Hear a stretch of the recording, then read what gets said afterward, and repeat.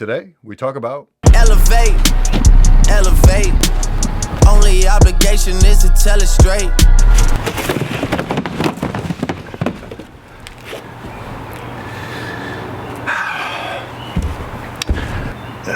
no blood, so worth it.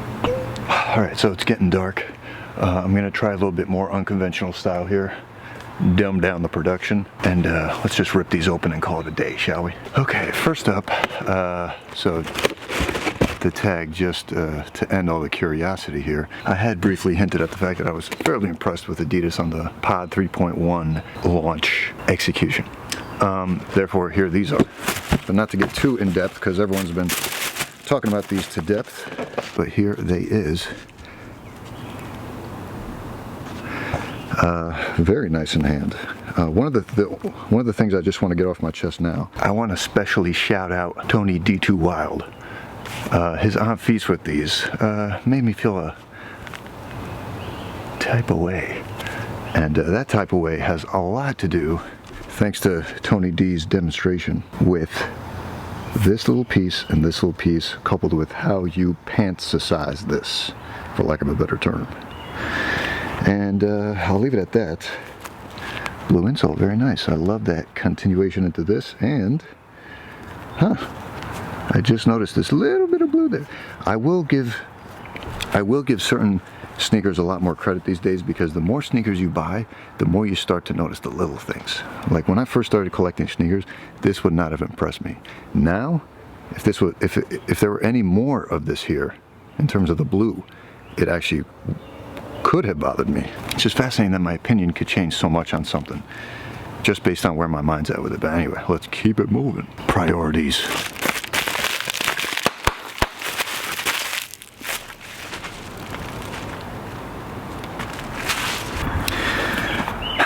Guys, with that pathetic drum roll, let me just tell you, these are the equipment running guidance, and based on current events, if this makes me a clout chaser, feel free to call me out. I'm willing to take the criticism. But with that said, for those that still don't know what we're talking about, let me hit you with the bop. And if that wasn't enough,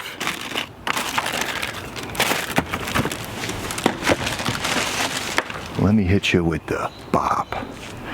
So, I had talked myself out of getting this 2 years ago, and granted, I didn't know as much about Pusha T back then than I do compared to what I know about him now, but this was obviously his first collaboration with Adidas.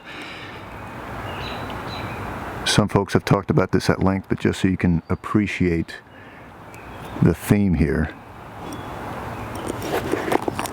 And I do have an EQT OG support, but this is a slightly different build and obviously a very different material makeup. Bop bop. So yeah, I would be lying. Oh, don't forget the Dubre. With that one saying push, the other one saying king. Oh, don't forget the gum bottom. Oh, again with the Pyrex print in there. Very cool. And then 3 stripes. No, that's more than that. Never mind. Actually, I wonder what this is about. Is this more functional, or is this part of the messaging of the shoe? Y'all let me know. Anyway, yeah, I don't want to focus on this too much, but yeah, again, as a Kanye, well, I'm a Kanye stan-ish too, but I'd say I'm just as big a fan, if not bigger fan, of Drake. But even I can be adult enough to admit that Pusha impressed me, and I think he impressed a lot of people. No shade on Drake, regardless. But with that said, this is my tribute as a. This is basically my way of saying, Push, props. I see you, Terrence. All right, next up. Already a clue for you. Bop bop. Those of you that have been following me for a while had to know this was coming. And here it is. Alright, so 23 paper. Always nice to see little details. Ooh. Wow. So I was a little worried about these being limited based on announcements Jordan Brand had made earlier in the year. But wow, people weren't kidding you. This is very plush, I'll give them that. You know, I'm just so tired of people hating on Jordan retros. Maybe I'm just not as spoiled in the context of me never even having these shoes and learning about them well after the fact. So I come from it with a different bias and a different starting point, and therefore a different appreciation, not better, but just different, of how I view this. So while I feel very blessed to be in sneakers in what I believe to be the best time, because the growth of the culture as an organized, relatable hobby, anything above that is gravy. So with that coinciding at a time where enough retros have come out, where a lot of old heads have been able to put new sneakerheads in a position to, unfortunately, be kind of spoiled with remastered retros as much as you think they've been remastered or not. It's nice to hear that certain details have gone back to OG form compared to years past, so that therefore I don't have to feel the need to ever get this on the next retro. If they do a good enough job with these, which I imagine they're doing. Can't picture them being any better, but we'll see. So this metallic red carbon fiber, if it is that, is an incredible look in hand. I don't know how well it's showing to y'all. Of course, the Ferrari inspiration. Again, I'll have to do a dedicated video on this amongst all the other Jordan lines, but or Jordan models of the original 14, but still have to be a little pissed at Michael Jordan for busting these out right after the 13s within the same season, because it cost me a little extra, but what you gonna do? Next up, pump it up, bop. So this is a little curveball for y'all. This is the Pump Omni Lite. Boom, boom. And I had my eye on these for a while, but finally decided to pull the trigger.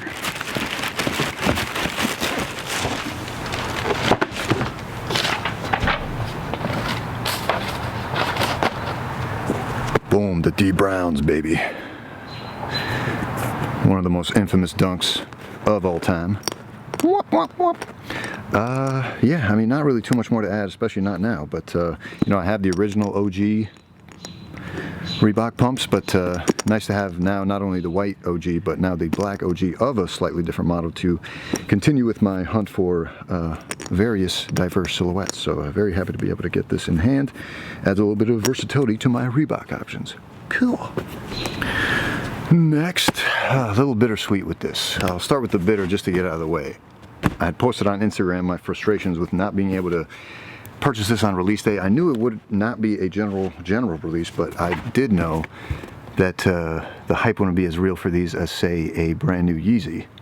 But unfortunately, you still have to pay resale. Luckily, not too much more than retail, but regardless, I'm just, you know, getting tired of having to pay resale. Anyway, with that said, I do have to give a shout out because I do have a soft spot for special packaging, let alone the fact that this packaging is beyond OD, and I'll tell you why. Who wasn't a Sonic fan growing up? I remember this was one of the very first video games I was exposed to in the Sega Genesis line, expanding into Sonic 3D Blast right before the N64 came out, and then whew, that revolution of gaming from 2D to 3D. Ooh.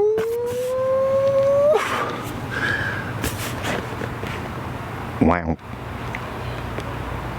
Wow. Wow. Wow. With that said, let's, okay. Credit again for the little details. Love the packaging.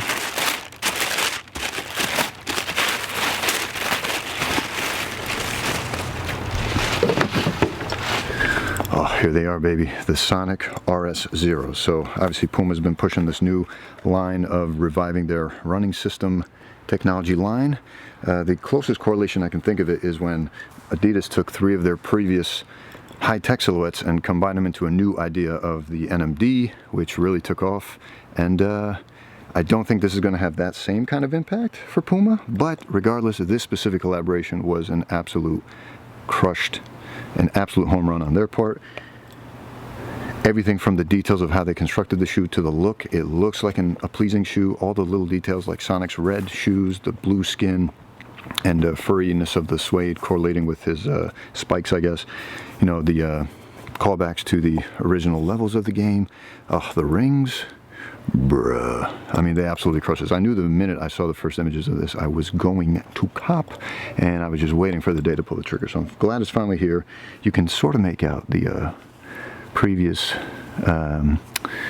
puma wing, so to speak, but it's very subtle in this pair, on top of the fact that it's getting dark, so you can't really notice it all that much. But I actually kind of enjoy that because it lets you know that, hey, we haven't forgot our roots, but this is brand new and we're trying to highlight that. So I appreciate that, because it would kind of look out of place in the context of Sonic, unless of course he had stripes, which he didn't. So idiot.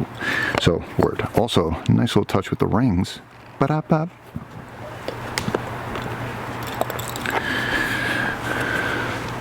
Shout out to adidas and Mero, I guess. All right, well, guerrilla style continues. This kind of thing would have bothered me not too long ago, but I'm glad I'm over that, so that this not so ideal condition, but at the same time good enough, can allow me to continue with this. Stop being such a perfection. Here she is. Guys, don't be mad at me. I know I was trying to talk myself out of getting these on the last Air Max 180 video, but had to do it. Oof, what? Holy crap. Well, first impressions, I am actually very glad I pulled the trigger, just from the standpoint of, you know, I'd been looking at them over and over, but what actually ended up having me make a decision was the fact that a lot of connoisseurs of the shoe pointed out how unique this leather felt compared to any other product they'd ever seen, shoe-wise, I guess, that had this kind of material on it. So that, coupled with the fact that, you know, the Air Max 180, not craze, but what would you call it? The focus on the Air Max 180 seems to have come and gone from earlier this year, so I felt safe buying this, thinking a retro was not going to come out.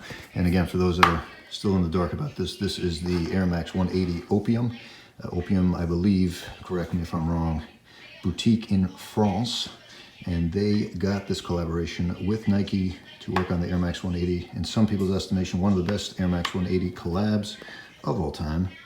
You know, love that Iraqi style camo, not too loud, but to bring it back to my one complaint, bruh, what are those? That is very unfortunate. I am very disappointed in that. Not enough to make me unhappy about picking these up, but a little disappointed in the seller. But with something this rare in my size, you kind of have to get what you get. On top of the fact that, lucky for me, I actually wear my sneakers, so I may have ended up causing this myself, although I tend to like to think that I take better care of my shoes. And something that supports me in that decision is the fact that there's no way I am not putting these in, so stay tuned for that. Guys, some of you are going to be mad at me, but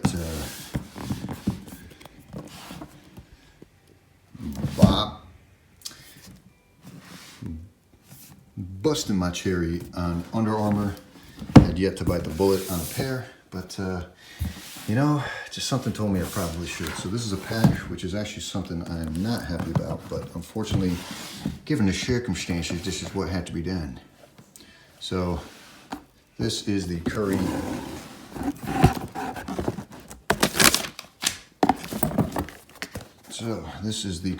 back-to-back pack. Unfortunately, not a back-to-back championship pack, but a back-to-back MVP pack. And, you know, it would be kind of hypocritical for me not to get this simply from the standpoint of its historical significance and obvious connection to Steph and the unbelievable things he does on the court. And who's to say what's going to happen with the legacy of these as we keep moving forward, depending on how Steph does in his career moving forward. Because, you know, I'm hoping this is me being right about having learned my lesson from LeBron and actually hating his sneakers and thinking they were ugly and everything in between. until I finally have learned to appreciate LeBron, and in that have luckily learned to appreciate his sneakers and regret not getting them sooner. So this is me, again, paying close to retail on these. Unfortunately, retail for these was a little bit higher than usual because it's in a pack with a second shoe that I wasn't super pleased with, but in order to get this, which I felt was the best colorway of the, I believe this is the Curry 2. Oh, I'm sorry, Curry 1. But with the Curry 2, you know, another thing that's really detracted from Under Armour for me in general, that made me not pull the trigger on these sooner, is, like I had mentioned with Adidas, Under Armour also not the most adept at storytelling, at least in this department. You know, especially with their legacy and their story speaking for themselves as a brand in general, with their relation to athletics in general, and I would say a closer tie to baseball, just based on, again, my own personal experience with Under Armour and how I've been exposed to Under Armour and the kinds of people I've met that rock Under Armour. It's never a basketball friend, or in my lifetime, it hasn't been a basketball friendly thing until Steph. So I will gladly respect that. And with that said, if we're going to be talking about the Steph 2, I will say, for those that recall the lows that everyone was trashing as white dad shoes and you know, nurse shoes and all that, old people shoes and all that, I'm not gonna lie to you, I actually don't think that's such a bad thing. I actually would, just look speaking, I would prefer it to this one I'm holding in my hand. I actually do dig that Curry low. I'm actually fairly surprised that it got clowned as much as it did. But you know, it's, you know, once something snowballs, it just kind of builds up from there. Because I don't think people hated it as much as the meme volume spoke to at that time. I think just similar to the Jordan meme. I mean, no one denies, you know, you can still use the Jordan meme in good fun, just because so many other people have done it that it's almost become like an inside joke. It's no longer about the shoe being clowned itself, but more so about the fact that it's now something that has its own shortcut in internet language, so it can be used to like convey different jokes that maybe could use it as a template. So only because it had gained so much traction for whatever reason. So that's why I don't hate on it too bad. On top of the fact that I actually thought it was fairly good looking. But regardless, this is the back-to-back MVP pack. First time unanimous MVP. You know, very significant, especially in the context of sneakers, and allowing me to justify getting this. And lastly, just the fact that my style of play has been very similar to Steph's. Obviously, I am not as effective, but you know, it is what it is. So here he is. If I end up regretting this purchase, you know, that's fine. Could always figure it out later, but yeah, whatever. And last but not least, you guys are gonna get mad at me for this too, but whoops.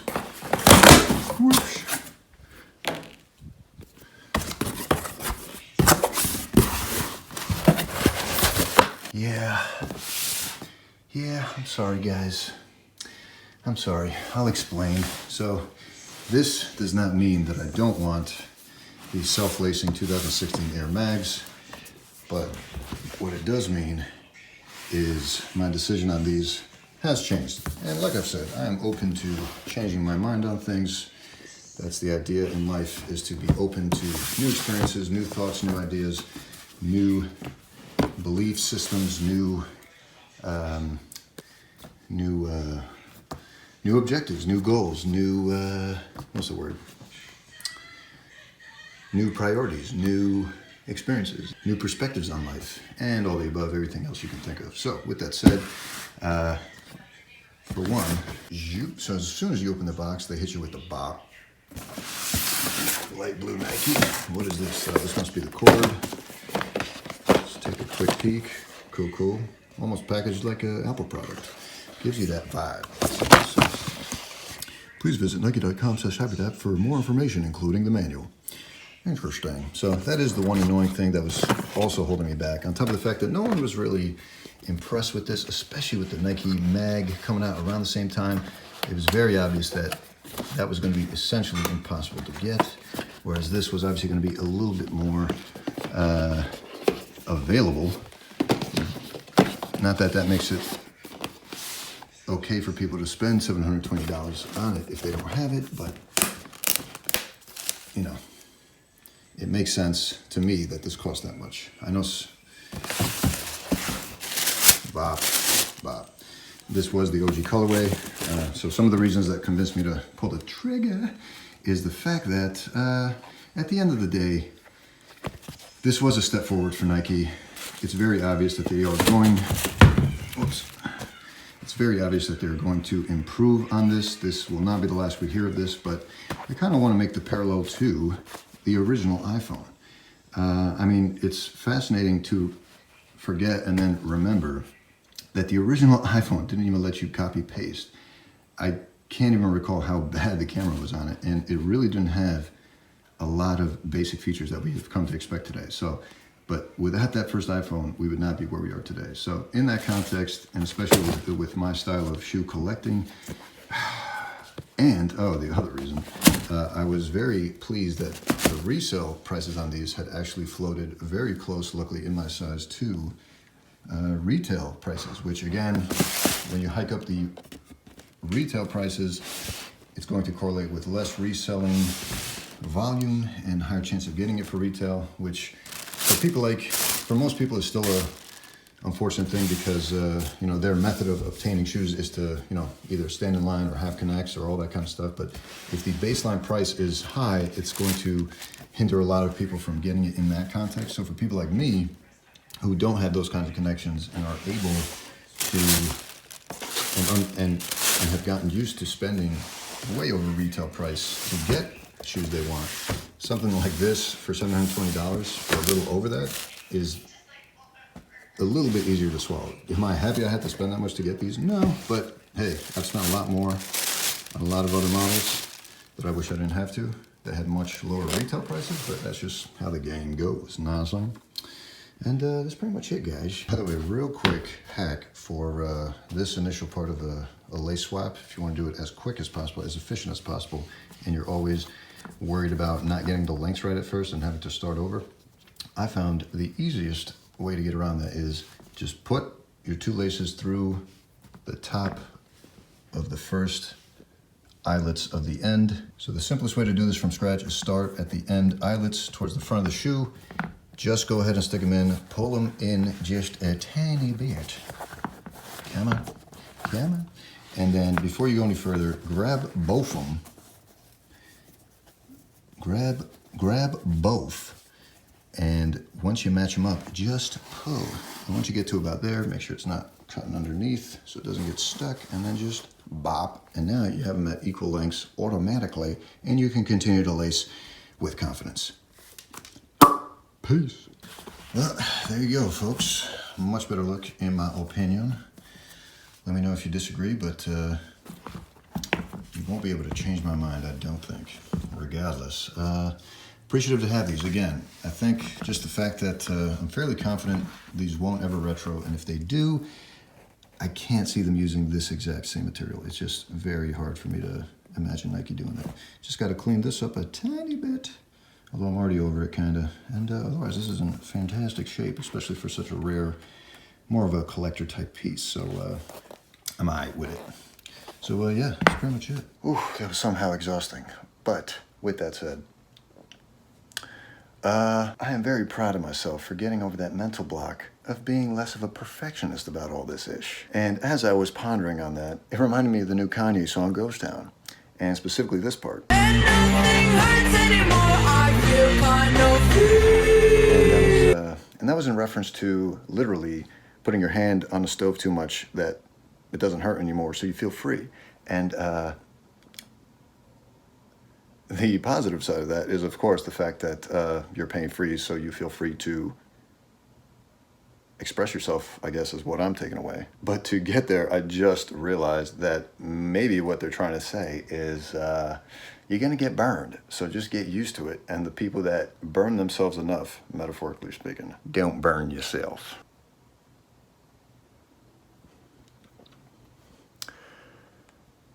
But the metaphor is that the correlation to production of creative, visual, auditory, tactile, or whatever form of art in whatever medium is scary. And I don't think you fully grasp that until you enter that world. And once you enter, and there's two types of people in terms of the people that decide to enter that world and those that decide it's not for them, period. And then within the world of people that do decide to pursue it, there's the folks that succeed because they are willing to tolerate enough burns to get to the point where they feel free to express themselves fully, versus the people that get burned maybe once, maybe twice, maybe 11 times. And eventually they reach a point where they just have to stop because they just can't handle it. And that's what I took away, was the people that are willing to persevere through the hard times, ideally will all succeed. Of course, there's exceptions, but anyway. To relate this back to this, I'm just realizing the fact that I would not have made a video of this spontaneity, rawness, amateurness, so to speak, even just several weeks ago, if not maybe even just a week ago. But I am very happy and appreciative to you all that consistently watch me, new audience, old audience, whoever, that has been reacting well to what I'm doing, to the point where I've become a little bit more comfortable with these less highly produced products. On top of the fact that I'm starting to realize, like, no matter how hard I try, there's only so much I can do as one individual with limited experience. So to try and compete with people that are putting in massive production value due to not only a lot of experience, but a lot of manpower and woman power, oof. Yeah, I don't know why I'm trying to compete with them and compare myself to them. I'm pretty much over, if not completely over, that mental block and that inadequacy. So, hey, if it's going to be raw, I'm happy I have the confidence in just myself to be able to keep you guys engaged enough to keep encouraging me to make this kind of ish. Because I'm going to be doing this whether the camera's on or off. I would love to bring y'all along. What the hell is that? Is that a bug? Nope.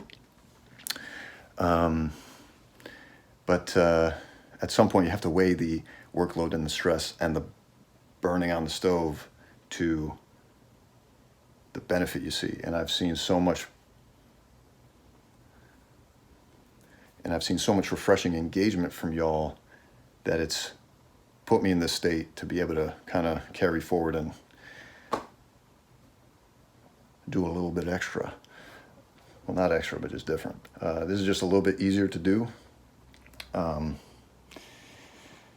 And yeah, while I'll admit it's not as clean as some of my older work, it has allowed me to A, not burn out so that I never produce work again, and B, keep consistent, which unfortunately that's just the nature of the beast right now, and the algo and all that ish. So it is what it is. But regardless, I'm happy you guys mess with it.